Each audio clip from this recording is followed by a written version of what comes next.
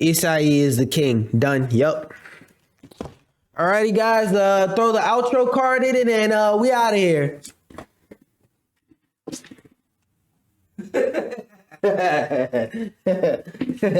Talking about competitive Super Smash Bros. Or Smash 64 as the community has dubbed it is pretty simple. And when I say simple, I really do mean simple. The defining traits of this game competitively really boil down to 3 extremely simple things. The stage list is literally one stage and there are 2 very dominant characters. This one stage being Dreamland and the 2 characters being Kirby and Pikachu respectively. Most of the stages have been deemed competitively unviable for one reason or another, and here they are in brief, along with the reasons as to why they are competitively unusable.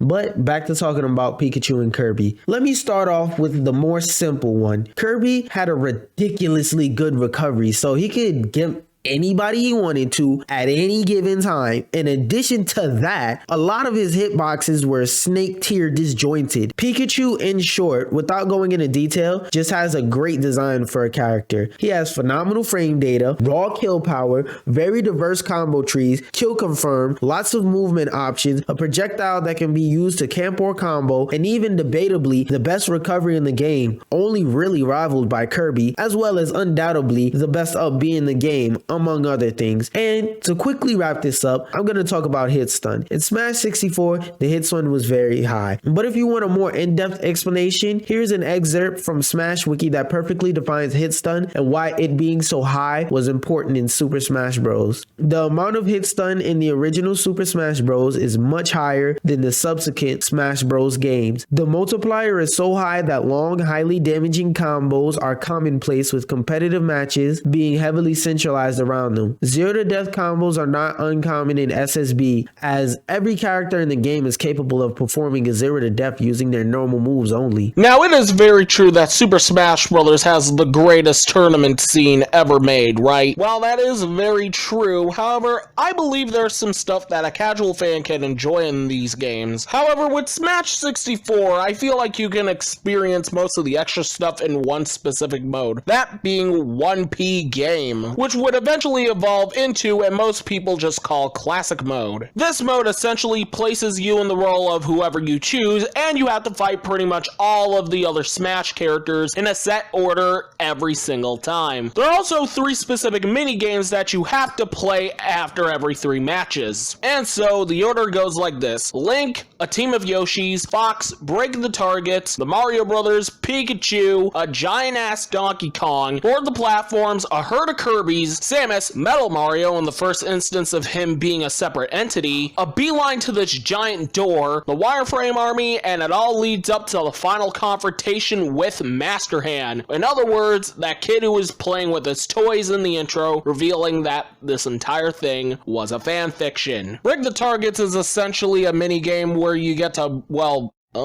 basically tests your ability to press the B button and the other directional buttons at the same time. And it's honestly still a mystery of what Board the Platform is, however, it allows you to practice at your platforming skills. And in both modes, each character has their own stages specifically geared towards them. However, Board the Platforms will not appear in any other Smash game after this. There's also Training Mode, which allows you to do a plethora of a bunch of random stuff. You can have your enemy either stand there and abuse them like a punching bag, you know, before the actual punching bag was created, and or test any of the many items in the game. Either way, it's a basic thing that allows you to test your skills as a fighter. And there's also the Data Room, which allows you to seek information of any of the fighters in the game and how many times you played as them. But yeah, overall, Smash 64's extra content is okay, but it does leave a lot to be desired. And considering the fact that this was a fighting game released back in the 90s, there's not much in terms of single player can do. The game really does shine when you have multiple people duking it out. So overall, the extras in Smash 64 are simple but charming and a very good template of better things to come. In Super Smash Bros. Melee, series creator Masahiro Sakurai collaborated with competitive player Juan Hungrybox Biedma, Jason Music King Zimmerman, and his wife's arthritis to create this house fire of a game. Now, let me be honest, Super Smash Bros. Melee is my least favorite game in the series by far on every level. While I understand there are a lot of people that enjoy this game, I am not one of them. I personally don't like how I have to learn to play the game backwards just to play it at a basic level, but I'm going to be as unbiased as I possibly can be. First, let me start off with the things that are usually seen as positives towards this game.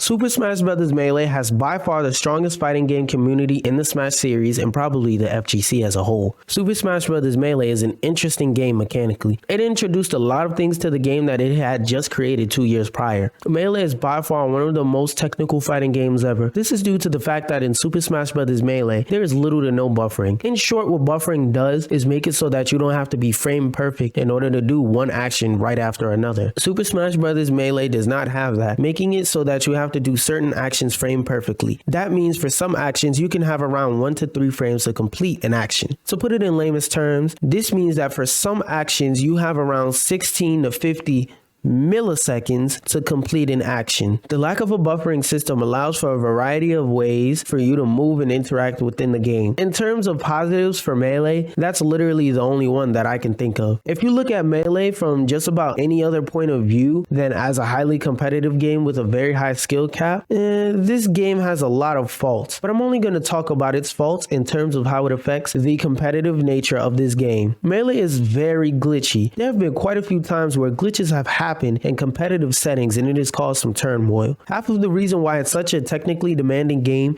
is because it was only developed in 13 months and was very rushed. Some of the glitches are so bad that they can be consistently done. A couple of examples that I can give off of the top of my head are wave dashing and the extender glitch. Some will argue those are exploits, but I see exploits as also being glitches, but that's a debate for another time. Another large negative against the game is that most of the cast is unplayable within a competitive environment. This is because most of the characters in the game are poorly executed and or are straight up bad characters. And this is on top of the fact that the most dominant characters in the game are extremely dominant. Another thing that I feel severely hurts it, mainly as a competitive game, is the way that the rooms are gonna smell when you step into them to go play against other good players. Like, yo, Melee players really be doing a frame perfect double air dodge past the soap and water in and out the shower. Like, yo, Melee players really be shining the water and soap off of their back in and out the shower. Melee players really Zelda upbeat in and out the shower past the water and the soap.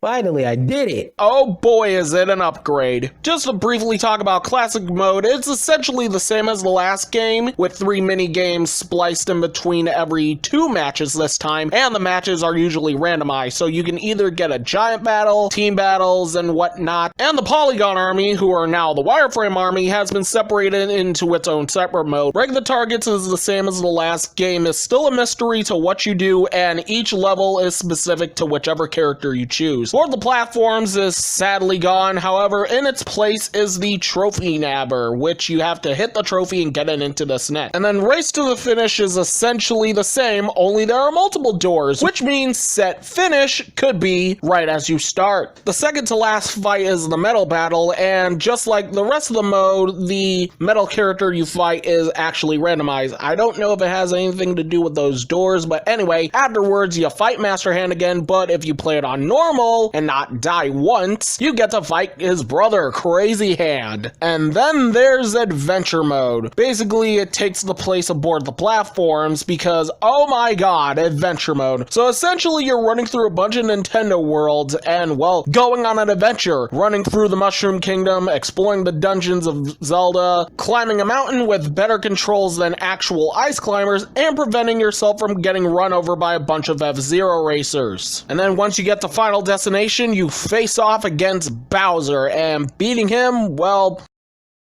Yeah, that's about it. Unless you didn't die on normal or hard mode, allowing you to fight the demon Giga Bowser. Essentially, Sakurai's message to Miyamoto to make Bowser an actual threat in the Mario games again, and I can honestly see why it would be a good thing. And as for trophies, as I mentioned earlier, they're basically just the main collectible of this game, and you can acquire them by completing different modes, finding them randomly in the stages or in the home run contest, and or spending all your money on this lottery thing. They're all essentially just bragging rights telling you that you did 100% the game, but I'm not gonna lie, almost all of these look amazing in their own right, and they're a very nice addition to the game. Allows you to see all of Nintendo's history at the time, and characters from future Nintendo releases because, well, why the hell not? The home run contest, abuse a bag and then bat it to death, see where it lands, Multi-Man Melee where those wire guys come in, and All-Star Mode after getting all the characters in the game, you have to fight them all, and then you get a trophy from that. Isn't it great? Not to mention the multiple modes in the multiplayer itself. Just to make a long story short, Melee has a bunch of extra bonus features, and they are all glorious. Just sadly, they're not as good as Brawl. Yeah, no formal introduction segue for this one. Brawl is, put your hand down, my favorite game in terms of the extra content besides the fighting modes. Classic mode is still the same as Melee, however, the trophy net and race to the finish is gone. Break the targets is still there, however, the level design is determined by what difficulty you select and not whichever character you're using. You still fight Master and Crazy Hand at the end, and I think there's a medal battle before that, but that's not what we're here for. Oh, trust me, it is not. Yeah, remember Adventure Mode? Yeah, it got a whole lot better in this game. Ladies and gentlemen, may I introduce to you all the Subspace Emissary. Essentially, this is the story mode where all your favorite Nintendo characters, along with Snake and Sonic, must survive and stop the invasion of subspace, this location that's not in the Smash Bros. Universe, nor is it explained, but honestly, who cares? We got animated cutscenes up the wazoo, and they look beautiful. So beautiful that the intro for Brawl actually uses a lot of clips from it. Now, it's not really the best story ever written. I put written lightly because none of the characters talk to each other. They do a few grunts and stuff, but the interactions are fine indeed. Also, like little details like Lucas gaining the courage to fight Wario after kidnapping Ness, Captain Falcon being the show-off that he is, and your basic Bowser kidnaps the princess and whatnot. There are tons of bosses in this mode, ranging from just hitting them a bunch of times. Yeah, to be honest, that's literally all fighting game bosses, but hey, the bosses really complement the series they came from, along with some of the original bosses. Now, the original enemies, well, not so much. To put simply, a lot of them look odd, and you're essentially fighting them for a majority of the game. Along with your basic platforming, fighting like you're playing the normal mode, some puzzle elements occasionally, and I know I'm beating a dead horse, but the Great Maze can kiss my great ass. God, I wish I had extra time. I really want to discuss more about this mode. The Vault Room, baby! God damn, I love this thing. All-Star Mode is the same as Melee. You basically fight all the Smash casts in one stock. Home Run Contest is just like Melee. Multi-Man Brawl is essentially Multi-Man Melee. Events, which allows you to play multiple different scenarios with very different stipulations. This was also in Melee, but I forgot to mention it. And trophies are back with a vengeance, because in Subspace Emissary, you can actually capture the enemies with this disc thing and then add them to your collection. You can also collect them by just finding them randomly in the stages of subspace, or earn them and many other things through challenges, which is essentially just another way to 100% the game. And there are also stickers, or as I like to call them, JPEGs, because, well, yeah, they could give you stat boosts, but let's be honest, do you really use them for that? Yeah, I didn't think so. Let's finally talk about that vault. First up, the Trophy Hoard, which allows you to view your trophies and stickers, and you can also display your trophies in these separate rooms and take pictures with them. The Coin Launcher, which allows you to shoot down trophies and collect them, along with just being a very, very addictive minigame. Seriously, I spent hours on this as a kid. I saved the best for last. Stage builder. It is what it is. You can create your own stages in Smash Brothers. Yeah, sure, you're limited by a grid and you're limited to whatever theme you choose. In terms of music, you can choose whichever song you want in the soundtrack, but really, it's just the best thing ever. The fact that you can build your own stage is just amazing, and I love it when games do this.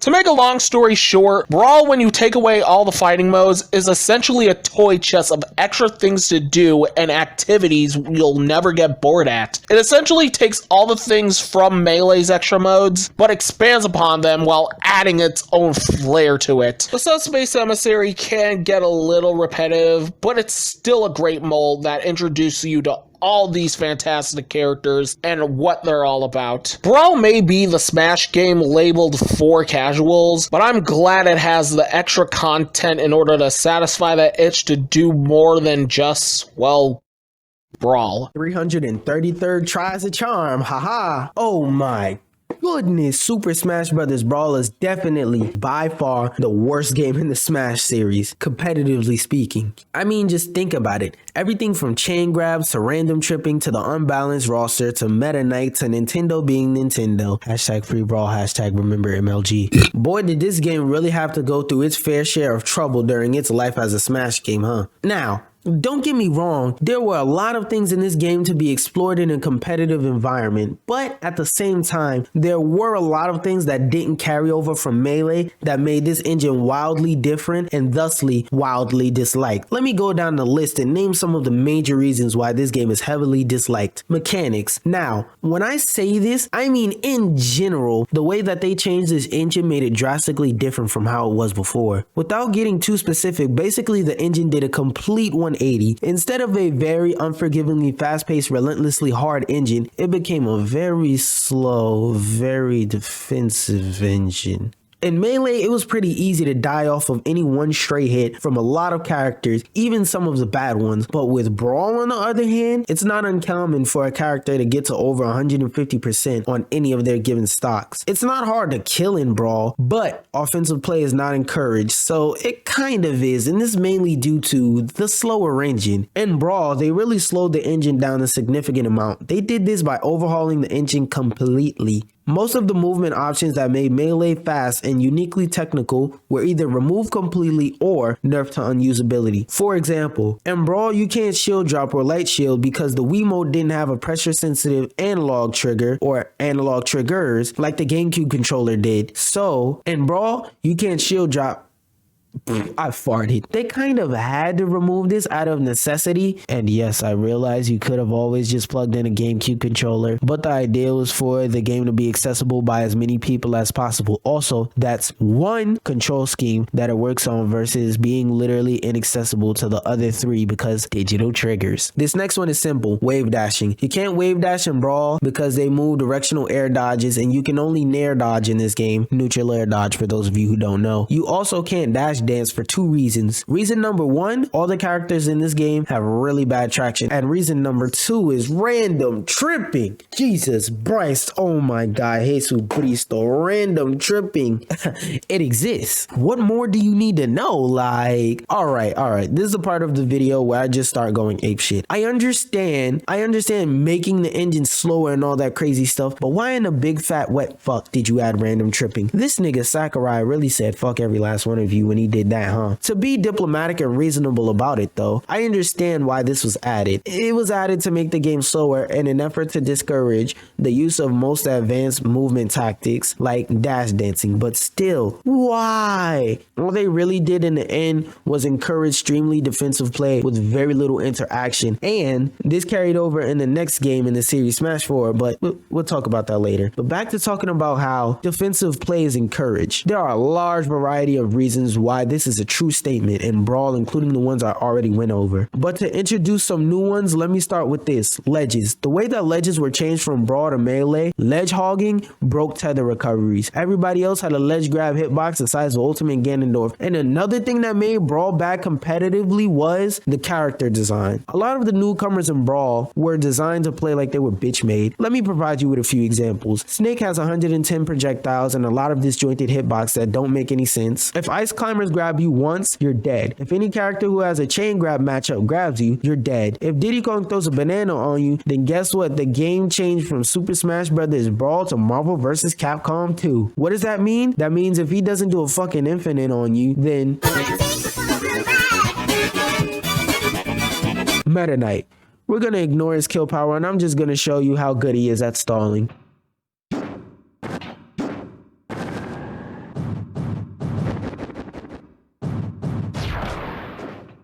But now that I'm done taking a dump on competitive Brawl, let me in brief mention a few of the many good things about Brawl competitively and what it introduced. Footstooling.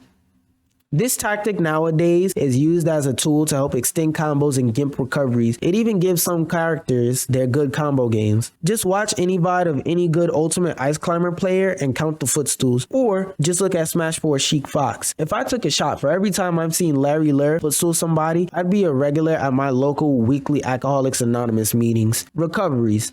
The way that they worked in Brawl was drastically different from Melee. To keep it short, in most cases, this was for the better. Majority of the recoveries in Brawl are pretty good, and the rest of the recoveries are just awful or are tether recoveries, which, due to the ledge changes, are pretty bad. Character diversity. Okay. Now hear me out. I feel like Brawl was the game to have the most unique and diverse Smash characters introduced within the base roster. I say this because if we're going by DLC, then Ultimate wins by a long shot, and Brawl has the least amount of clone characters, excluding 64, on the roster, and had introduced the lowest amount of clone characters in the series, that being only one in the form of Toon Link, whereas on the other hand, both Melee and Ultimate have 5 newcomers that are clone characters being added to their roster, while Smash 4 only had 2 characters being clones. I'm going to be real here for a second. This game honestly probably had the worst competitive history out of every Smash game. The most common rule set was usually 2 stocks, 6 minutes, which was heavily disliked. On day 1, it had multiple broken characters, and year 1 of Smash 4 competitions had custom moves on, most of which were really broken and unfair how they were. Most of the time giving powerful characters even more powerful options and bad characters even worse options. One example of an already good character being able to gain a better option is Diddy Kong's rocket barrel attack, and for a clear example of custom moves making a character worse, Jigglypuff. Just Jigglypuff. On top of that, being that this is the first game to introduce DLC, some of them were very well unbalanced, most likely for the sake of making them more appealing to buy. And the last 3 DLC characters, Bayonetta, Corrin, and Cloud, are widely considered to be extremely overpowered characters. And finally, let me finish by talking about the elephant in the room. That's right, Bayonetta. I'm going to start off by saying that the only Smash game that has ever died competitively and or non-competitively is Super Smash Bros. For Wii U 3DS. In short, let me tell you why game by game. Smash 64 is the first game in the series, and a lot of people like to go back and play it to see the origin of the series, and it still has a very live competitive community. Also, nostalgia. Melee has an adventure mode and is the reason why Smash has a competitive scene as big as it is. Brawl has Project M and Subspace Emissary to keep competitive and casual players willing to at least go back to the game, even if it is for a little while to give it a try. Ignoring the fact that Ultimate is the most recent game in the series, it also has the most characters and fan requested characters at that out of any other game previously in the series, and probably in the future of the series. The end of Smash 4's life cycle was a disaster because single tournaments were ruined by Bayonetta, who was still extremely overpowered after being heavily nerfed, and Cloud ruled doubles, whether it was a tournament allowing double or single Cloud. This is also in junction with the fact that casual players usually see this game as a pretty weak,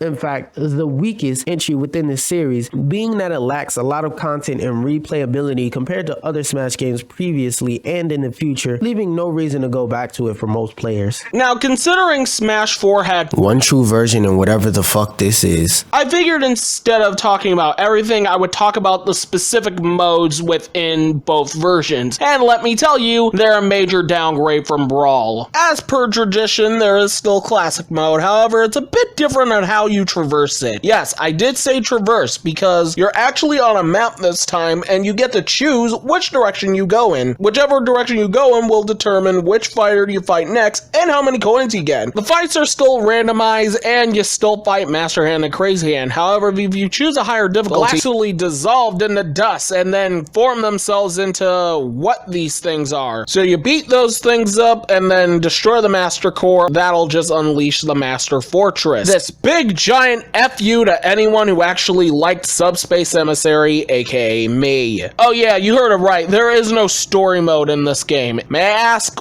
why?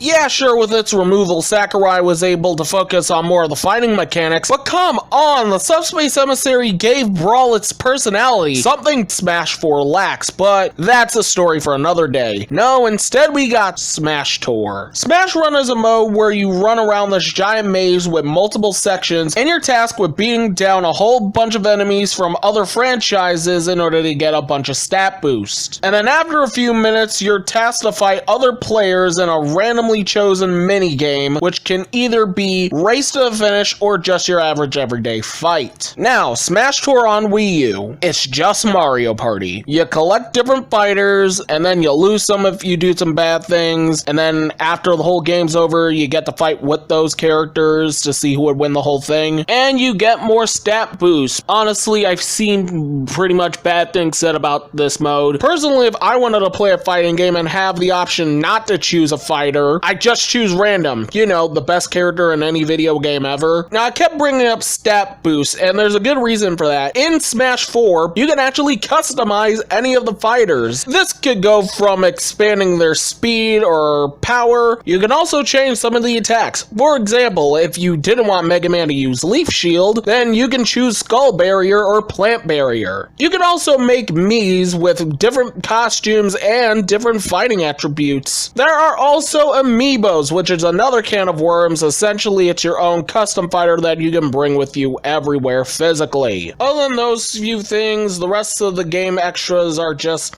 there. Regular targets has been changed into Angry Birds, trophies are still back, All-Star mode, you actually fight the fighters in the year they were released in, and Stage Builder, you actually get to draw on the Wii U gamepad. I could ramble about Master Order and Crazy Order, but to be honest, yeah, I'm honestly depressed now. We went from Brawl, you know, the game with the best single-player content, to Smash 4, which has the worst soulless piece of crap.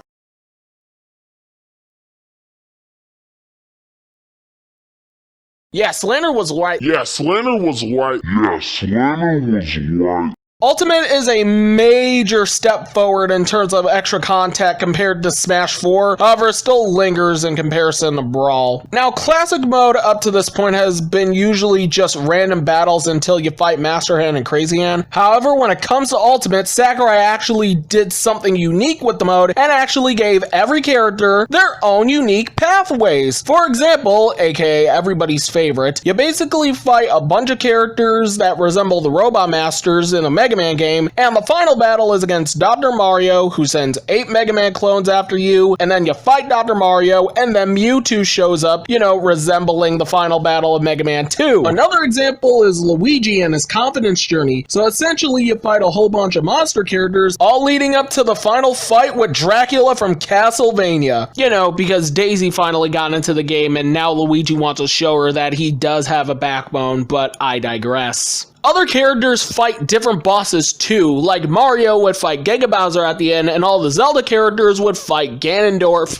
who turns into his monster form, Ganon. A flaming majority of them do only fight Master Hand and or Crazy Hand, but hey, that's not here nor there. How do the trophies look, you may ask? I regret to inform you, dear viewers, that trophies are no longer with us. A sad, sad day, and their replacements Well, they're not terrible. Their inclusion, honestly, is a major factor on why I don't really like the extras of Smash Ultimate compared to Brawl. Spirits are the new things introduced in Smash Ultimate, and by collecting these things, you essentially get status buffers, just like in Smash 4. However, unlike Smash 4, unlocking them doesn't require a whole bunch of randomness, because all you have to do is select them on the Spirit board, fight them, and they're yours to keep for free. There's also another way you can unlock these, and that's by playing inside of the World of Light. Another reason why I don't like this game compared to Brawl, because this is essentially the adventure mode. However, unlike Subspace Emissary, where you get a whole bunch of cutscenes, you only get about 4. The intro cutscene, which essentially shows this new god monster thing named Galeem, pretty much killing off all the Smash characters except Kirby, who's the only survivor because, hey, being Sakurai's son gives you extra perks. So it's essentially up to you to save all the Smash Brothers, get as many spirits as you can, defeat Galeem, and then this other guy named Darkon shows up, and then defeat him too, and then either get the good ending or the bad ending. And no, it's not as satisfying as the finale of Subspace Emissary, because 1, remember the Great Maze? Yeah, that's essentially the whole game. You're basically stopping every 2 seconds to fight a spirit battle, and guess how many there are? Over 1 million, because I ain't counting that crap. Not to say the spirit battles are uncreative and crap. Oh, no. They reference their franchise as well. However, for an entire mode with no interactions or cutscenes, you bring in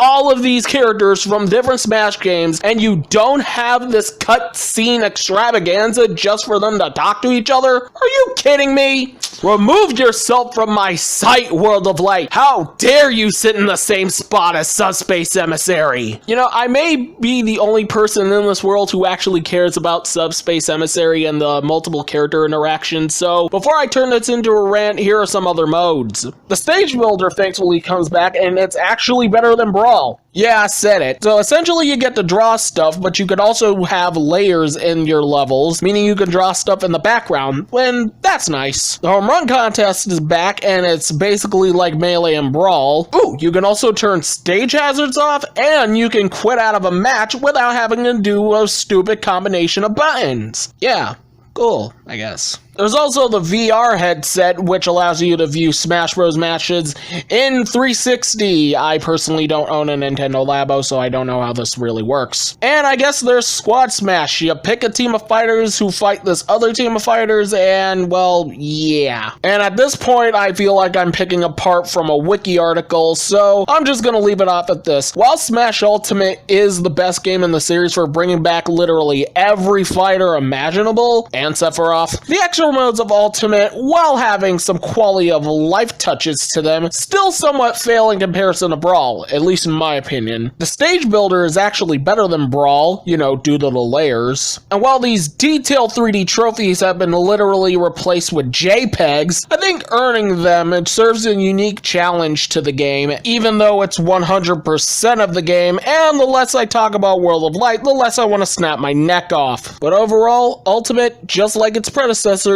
show that there's more to a fighting game than just the fights themselves. Super Smash Bros. Ultimate is a very young game. Competitively speaking, it's very likely to be lively for a long time. Despite the fact that Nintendo is actively trying to kill it, sure, it may not have the technicality of Melee, or the online build-up hype of Brawl, or the amazing storylines in Smash 4, or the amazingly long and exciting combos to watch in 64. Point is, Ultimate has the largest roster of characters in the Super Smash Bros. Series to date, and is continuously expanding with Fighters Pass number 2. Even though a lot of them overlap in many different ways, they still have very unique and versatile playstyles. Sure, some of the characters overlap like Roy and Kron. Even in those characters, there are some subtle differences that can impact gameplay majorly. Roy has a hilt mechanic, meaning that his sword does more damage at the base than at the tip. Kron's sword does not have this property, meaning that getting hit by an F smash at 70 with the tip of Roy's sword may not kill, versus if it was Kron, it would. In Ultimate, there are only 2 characters that play exactly the same, that being Peach and Daisy. Just to be clear, this is 2 out of 78 characters.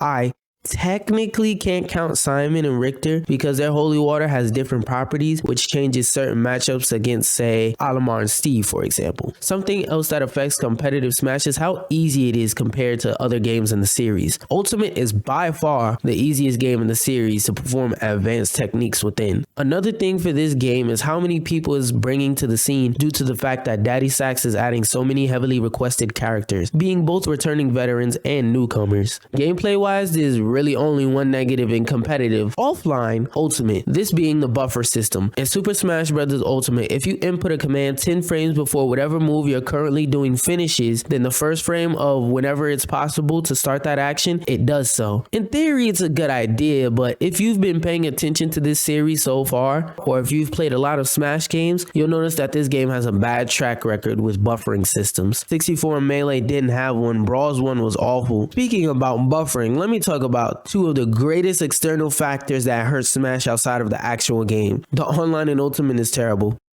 Period, point blank, that's just it. Let me show you a clip from a game that came out in 2008 on an underpowered console and how its primitive online was, and let me show you a clip from a game that came out in 2020 and show you how its online looks.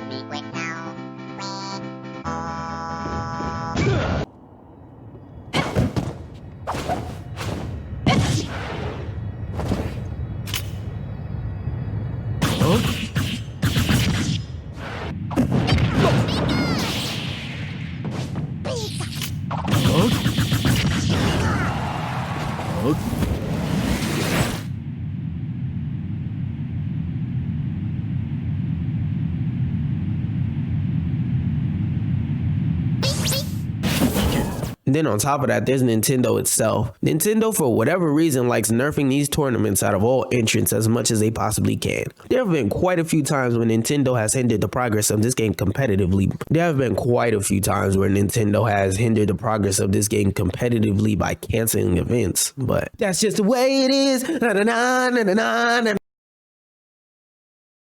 Some things will never...